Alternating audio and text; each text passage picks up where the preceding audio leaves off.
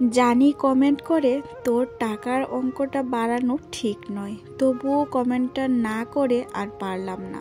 তোর আপন ভাই তো মারা গেছে, তাই না? কিছুটা টাকার জন্য তুই তোর ভাইয়ের ভিডিও নিয়ে ব্যবসা করা শুরু করে দিলি। তুই এতটা লোভী। এক কাজ কর, এখন থেকে নিজের পরিবারের ইভেন নিজেরও কিছু খারাপ মুহূর্তগুলি ভিডিও করে রাখ, কারণ বলা তো যায় না কখন আবার ভাইরাল হয়ে যাবি তুই। তোর ভাগ্যই ভালো, তুই এত তাড়াতাড়ি ভাইরাল হয়ে গেলি। কথায় আছে না, মানুষই মানুষের শত্রু, কারোর সুখ কেউ সহ্য করতে পারে না। আর এখানে ভাইরাল হওয়ার বা সুখের এনো কে কি দেখলো তা আমি জানি না, তবে তোমরা যদি আমার আগের চ্যানেল থেকে গিয়ে ঘুরে আসো তাহলে দেখবে এই চ্যানেল থেকে ওই চ্যানেলের কয়েকটা ভিডিও অনেক বেশি ভিউ এসেছে। তাই বলে যে আমি ওইখানেও ভাইরাল হয়ে গেছি সেটা কিন্তু নয়। আর আমার ধারণারও বাইরে ছিল যে আমার ভাইয়ের ছোট ছোট ভিডিও ক্লিপগুলি আমি স্মৃতি হিসেবে রাখবো বলে এত মানুষের কাছ থেকে এত খারাপ খারাপ কথা আমাকে শুনতে হবে আর এত মানুষ আমার ভিডিওগুলি দেখবে সেটা আমার ধারণাও ছিল না। আমার মনে শুধু এতটুকুই ছিল যে আমার ভাইটাকে তো আমি আর দেখতে পাবো না, আমার ভাইয়ের স্মৃতিগুলি আমি রাখি, অন্তত যখন একা থাকবো ভাইটাকে মনে হবে তখন ভিডিওগুলি না হয় দেখবো। এই কমেন্টটা যে করেছে জানি না মানুষটা দেখতে কতটা সুন্দর, তবে ও মনের দিক থেকে অনেকটাই খারাপ। একটা মানুষকে চিনতে হলে তার বাড়িতে যেতে হয় না, তার একটা কথা শুনলেই বোঝা যায়। আপনার নামটা নাই বা বললাম, কমেন্টটা পড়ে শোনালাম সবাইকে। ভগবানের কাছে প্রার্থনা করি আপনি যেন ভালো থাকেন আর আপনার প্রত্যেকটা পরিবারের সদস্য যেন ভালো থাকে, আর আমার মতো খারাপ দিন যেন আপনার জীবনে কোনোদিনও না আসে।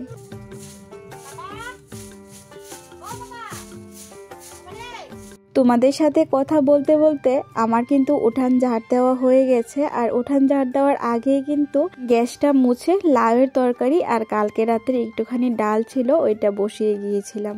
মাঝে মধ্যে এসে আবার রান্নাঘরে কাজও করছিলাম, আবার হাত পা ধুয়ে গিয়ে উঠানটাও ঝাড় দিচ্ছিলাম। একসাথে সমস্ত কাজ করতে হয়, না হলে টাইমের মধ্যে না আর কাজগুলি করা হয়ে ওঠে না। তো এখানে ভাত বসিয়ে দিলাম, আর শালগম আর আলু কেটে রেখেছিল মা কালকে, ওইগুলি দিয়ে একটুখানি মাছের ঝোল রান্না করে নেব। একটু বেশি করেই তরকারিটা রান্না করছি, কারণ সারা দিন আর রাতের জন্য কিন্তু রান্নাটা করে নিচ্ছি। তরকারি এমনিতেই একবারই রান্না করি, ভাতটা শুধু দুইবার রান্না করি। রাতের বেলা ভাতটা একটু গরম গরম না হলে ভালো লাগে না খেতে। এখান থেকে কয়েক পিস আলু আর শালগম তুলে নিচ্ছি, একটু ভেঙে দেব, তাহলে তরকারিটা বেশ মাখা মাখা হবে, খেতেও ভালো লাগবে।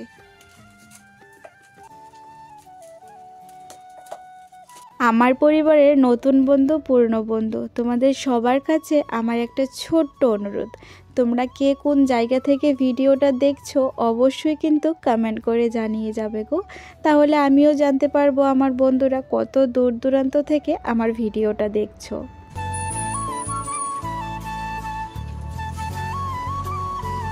কালকে তোমাদের সাথে ভিডিও শেয়ার করা হয়নি, সত্যি গো তোমাদের কথা অনেক মনে পড়েছে।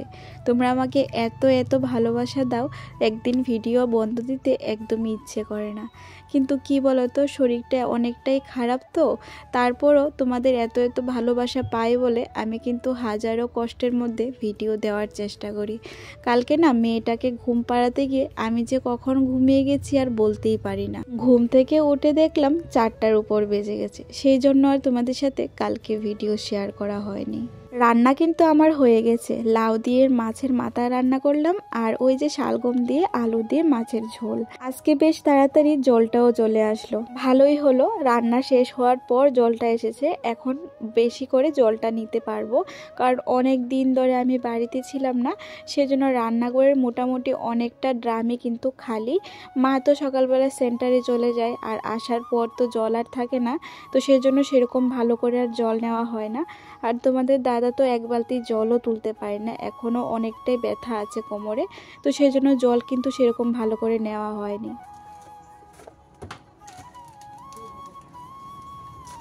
সব দিকে জল নেওয়া আমার হয়ে গেছে, এখনও জল আছে, তাই ভাবলাম কয়েকটা কাপড় আছে ধুয়ে দিই। কয়েকটা কাপড় বলতে ওই যে বাড়ি থেকে বেগে করে কাপড় এনেছিলাম, ওই কাপড়গুলি এখনও ধোয়া হয়নি। বাড়ি থেকে আসার পরেই তো হসপিটালে দৌড়াদৌড়ি করা, তারপর একটার পর একটা লেগেই আছে। তো এই করতে করতে কিন্তু এই কাপড়গুলি আর ধোয়া হয়নি। তাই ভাবলাম জল যেহেতু আছে, তাই কাপড়গুলিকে এখন একটু সার্ফের জল দিয়ে ভিজিয়ে রাখবো। বাসন কয়েকটা আছে, ওইগুলি ধুয়ে তারপর কাপড়গুলি ধুয়ে দেব। কিশোরী দাস দিদিভাই কমেন্ট করেছে, দিদিভাই একটা কথা বলবো, খারাপ পেও না। তোমার বাড়িতে গীতা পাঠ দাও একটা বৈষ্ণব দিয়ে, তাহলে দেখবে তোমার ভাইয়ের আত্মা শান্তি পাবে। হ্যাঁ গো দিদিভাই, আমার ভাইয়ের যেদিন কাজ হয়েছিল সেদিন কিন্তু সকালবেলা একজন ঠাকুর মশাইকে দিয়ে গীতা ভাগবত পাঠ করানো হয়েছে। তার সাথে ওই দিনই কিন্তু রাতের বেলা 6-7 ঘন্টার মতো রামায়ণ পাঠ করাও হয়েছে। সমস্ত কিছু তোমাদের সাথে আর শেয়ার করা হয়নি, কারণ মন মেজাজটা খুবই খারাপ ছিল আর খেয়ালও ছিল না। আমার ভাইয়ের আত্মা শান্তি কামনার জন্য আমাদেরকে যে যেইটাই বলেছে সেইটাই করেছি, কারণ বেঁচে থাকতে তো মানুষটাকে ভালো রাখতে পারলাম না। এখন আমাদের থেকে দূরে আছে তো কি হয়েছে, ওর আত্মা যেন ভালো থাকে সেই কামনাটা আমরা সব সময় করব। আর আমাদের সাথে সাথে তোমরাও কিন্তু আমার ভাইয়ের আত্মার শান্তি কামনার জন্য অনেকেই অনেক সুন্দর সুন্দর কমেন্ট করেছো, এতেই আমার অনেক ভালো লেগেছে।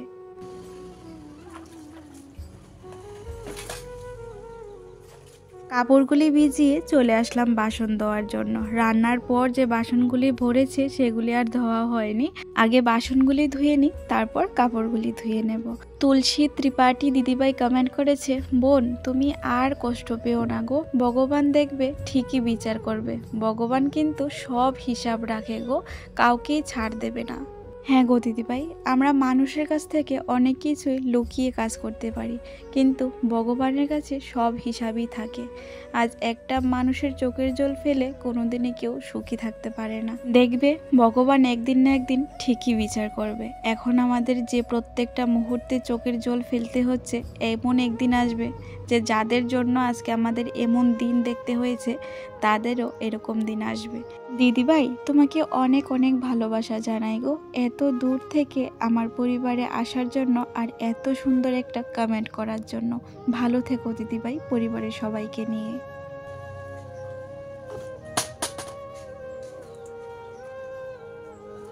কাপড়গুলি তো ধুয়ে দিচ্ছি ঠিকই, কিন্তু সেরকম ভালো রৌদ্র নেই, অনেক বাতাস দিচ্ছে, আর এখানে বেশিরভাগ জামা কাপড়ই মেয়ের।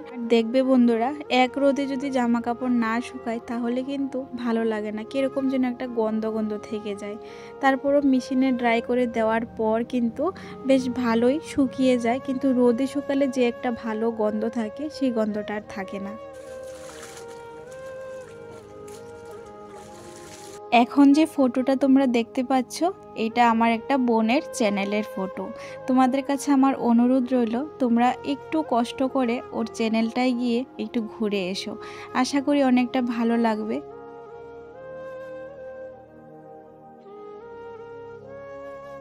এই বোনটারও তোমাদের খুব দরকার, জানো তো বন্ধুরা। অনেকেই আসে এই প্ল্যাটফর্মে শখের বসে টাইম পাস করার জন্য, কিন্তু যারা আমার মতো আছে তারা কিন্তু শখের জন্য আসে না, তারা আসে পরিবারের প্রত্যেকটা মানুষকে ভালো রাখার জন্য। আমার পরিবারের সকল বন্ধুদের কাছে অনুরোধ রইল, বোনটার চ্যানেল থেকে গিয়ে একটু ঘুরে আসো। বোনের চ্যানেলের লিঙ্কটা আমি ডেসক্রিপশন বক্সে বা ফার্স্ট কমেন্টে দিয়ে দেব, ঘুরে এসো সবাই। অনেকগুলি জামা কাপড় তো, তাই একসাথে দিলে মেশিনটা ঘুরতে চায় না। আগে ছোট ছোট জামা কাপড়গুলি ঘুরিয়ে নিলাম, এখন বড় বড় যে বেড কভারগুলি আছে ওইগুলি দিয়ে আসলাম। বললাম না সকালে সেরকম কারোরই ভালো করে খাওয়া হয়নি, 11টা প্রায় বাজতেই চললো। তাই মা সেন্টার থেকে এসেই বকাবকি করছিল যে সকালে 11টা বেজে গেল এখনও কেউ খেলে না। তাই কিন্তু মা নিজের হাতেই ভাত বেড়ে সবার জন্য রোদ্রে নিয়ে আসলো। সবাই বসে একসাথে কিন্তু আমরা সকালের খাওয়া দাওয়াটা করে নেব। তার আগে ভাবলাম যেহেতু জামা কাপড়গুলি ধোয়া হয়ে গেছে রোদ্রে দিয়ে দিই, কারণ যত তাড়াতাড়ি জামা কাপড়গুলি রোদ্রে দেব তত তাড়াতাড়ি কিন্তু জামা কাপড়গুলি খুব সুন্দর করে শুকিয়ে যাবে। অদ্রিজা দিদিভাই কমেন্ট করেছে, আমারও 17 বছরের ভাই গাছ থেকে পড়ে গিয়ে একটা বছর বিছানায় ছিল। আমারও একমাত্র ভাই ছিল, কিন্তু তোমার ভাইটা হয়তো অন্যভাবে মারা গেছে, আমার ভাইটা অন্যভাবে। একটা দিদিভাই কমেন্ট করেছে যে তোমার ভাইকে তুমি আবার ফিরে পাবে তোমার গর্ভে তোমার সন্তান হিসেবে। তুমি আর ভেঙে পড়ো না, যখন তোমার ভাইকে তুমি আবার সন্তান হিসেবে পাবে তখন আবার যত্ন করে সন্তানের মতো বড় করতে পারবে। এখন তুমি নিজেকে শক্ত করো, কারণ এখন তোমার অনেক দায়িত্ববোধ। তোমার বাবা মা, তোমার শ্বশুর শাশুড়ি, স্বামী, সন্তান সবাইকেই দেখতে হবে। দিদিভাই তোমাকে প্রথমেই জানাই আমার মন থেকে অনেক অনেক ভালোবাসা। তোমরা অনেকেই এত সুন্দর করে কমেন্ট করো যে কমেন্টগুলি থেকে সত্যি অনেকটা ভালো লাগে। আমি কোনোদিন ভাবতেও পারিনি যে এত এত মানুষের ভালোবাসা পাবো। অনেকেই অনেকভাবে আমাকে বোঝাচ্ছে আমি যেন নিজেকে শক্ত করি, বাবা মা, স্বামী, সন্তান সবাইকে দেখে রাখি। সবশেষে একটা কথাই আমি বলবো আমার পরিবারের প্রত্যেকটা মানুষকে, তোমরা সবাই আমাকে অনেক অনেক ভালোবাসো, অনেক সুন্দর সুন্দর করে কমেন্ট করো।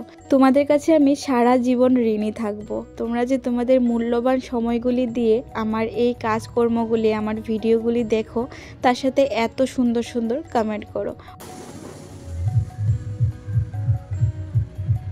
আমাদের সাথে কথা বলতে বলতে কিছুটা জামা কাপড় কিন্তু আমি নিয়ে নিয়েছি। যেগুলি ভিজা সেগুলি আমি বারান্দার তারে মেলে দিলাম। আরও কিছুটা কাপড় আছে, একটু বাদে নিয়ে যাব, একটু হলেই শুকিয়ে যাবে।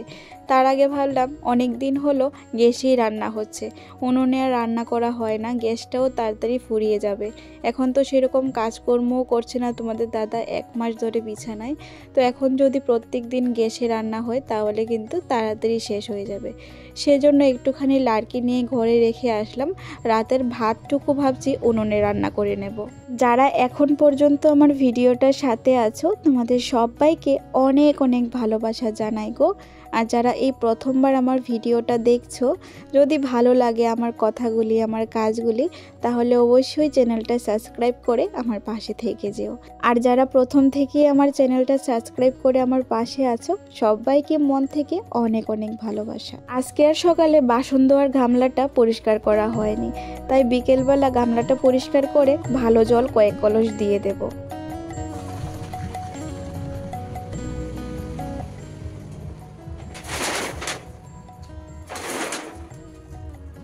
ওই কয়েকটা জামা কাপড় ছিল মেয়ের, সবগুলি এখানে নিয়ে বসলাম। এখন যদি ঘরে নিয়ে যাই তাহলে কিন্তু আবার এলোমেলো হয়ে পড়ে থাকবে, তাই ভাবলাম মেয়েটাকে এখানে ভাত খাওয়াচ্ছি আর এখানে বসেই কিন্তু জামা কাপড়গুলি ভাঁজ করে নিই।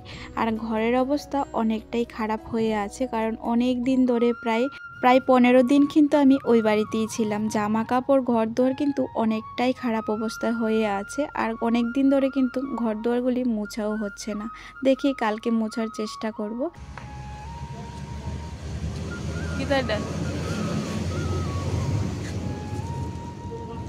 আজ 1 মাস পর তোমাদের দাদা বাজারে গেল, তাও অন্যের গাড়িতে করে। আর 1 মাস পর বাজার আসলো ঘরে। এই কয়েকদিন মানুষকে দিয়ে টুকটাক বাজার করিয়েছিলাম, কিন্তু আজকে প্রথমবার গিয়ে 1 মাস পর তোমাদের দাদা গিয়ে বাজার করে আনলো। অনেক দিন ধরেই ঘরে সেরকম কিছুই ছিল না, পেঁয়াজ, রসুন, আলু টুকটাক করে এরকম করেই চলছিল। তো আজকে কিন্তু ফাইনালি যা যা ঘরের দরকার সমস্ত কিছুই আনা হলো, পেঁয়াজ, রসুন, আলু। আর মেয়েটা ভীষণ গাজর খেতে পছন্দ করে, তাই গাজরটাও একটু বেশি করে নিয়ে আসলো। সবই মোটামুটি আনা হলো, প্রায় এগুলি দিয়ে অনেক দিন চলে যাবে, কিন্তু কাঁচা লঙ্কাটা আনা হলো না।